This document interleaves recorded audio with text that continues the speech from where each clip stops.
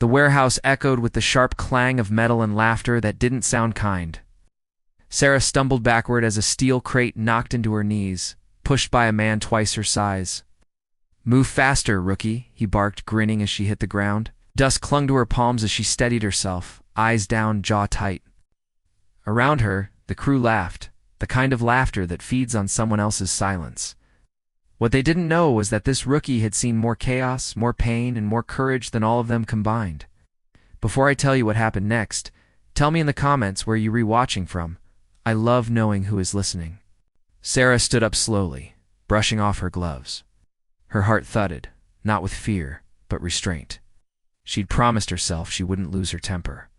Not here, not after everything she'd survived overseas. She'd traded her uniform for peace, her rifle for a wrench, and the noise of war for the hum of a quiet job. But the way they sneered at her, it pulled her back to memories she'd buried deep. The cold nights, the missions, the friends she never got to say goodbye to. The foreman Rick strutted over, smirking. "If you can't handle the pace, sweetheart, maybe this isn't your line of work." His words stung, not because they were cruel, but because she'd heard them before. In another life, from men who didn't live to regret it, by midday, the warehouse was a storm of motion. Forklifts buzzing, crates swinging, orders flying. Then it happened. A loud snap echoed through the air. The main hoist cable, frayed and overlooked, snapped clean in two.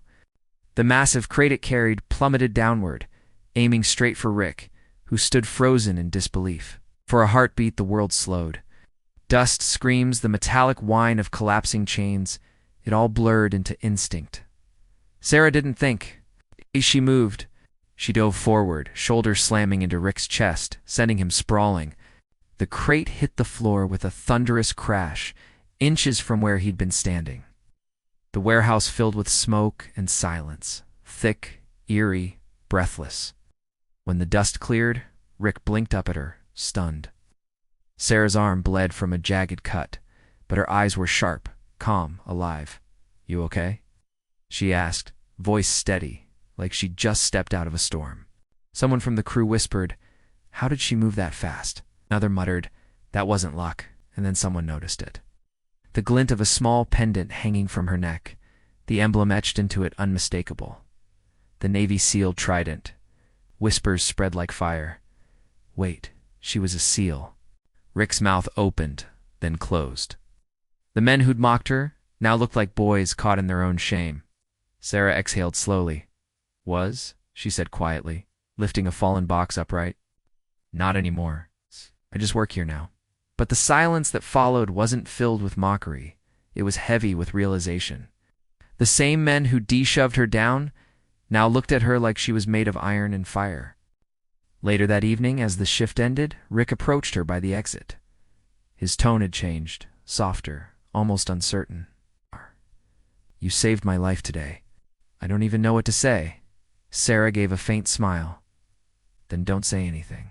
Just treat the next rookie a little better." He nodded, guilt and gratitude mixing in his eyes.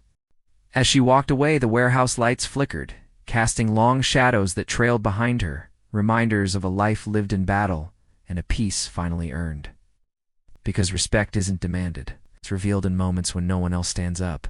And as Sarah stepped into the evening air, the same hands that once pushed her now held the door open, a quiet salute to the warrior they never saw coming.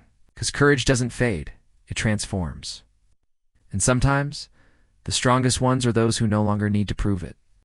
If this story touched your heart, share it with someone who needs to be reminded of silent strength. And subscribe to Cinematic Whispers, where every story speaks to the soul.